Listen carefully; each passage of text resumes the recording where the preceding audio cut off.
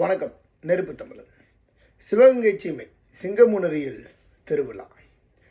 சிங்கமுனரி கொண்டாடும் பெருவிழா. வைகாசி மாதம் துவங்குகின்ற இந்த திருவிழா தமிழ் சமூக கலாச்சார வரலாற்றினுடைய ஒரு பாரம்பரியத்தினுடைய மறு உருவமாகவே திகழ்ந்து கொண்டிருக்கின்றது. ஆன்மீகத்தினுடைய அடிப்படை மண், ஆன்மீகத்தினுடைய அவதார மண் என்று குறிப்பிட்டால் அது சிங்கமுனரி மண்ணை சொல்லலாம்.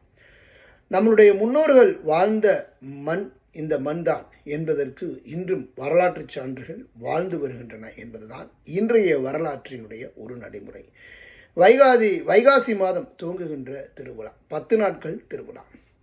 தமிழர்கள் அனைவரும் எம்மதமும் சம்மதத்தை கொண்டவர்கள் என்பதற்கு ஒரு பெரிய உதாரணம்.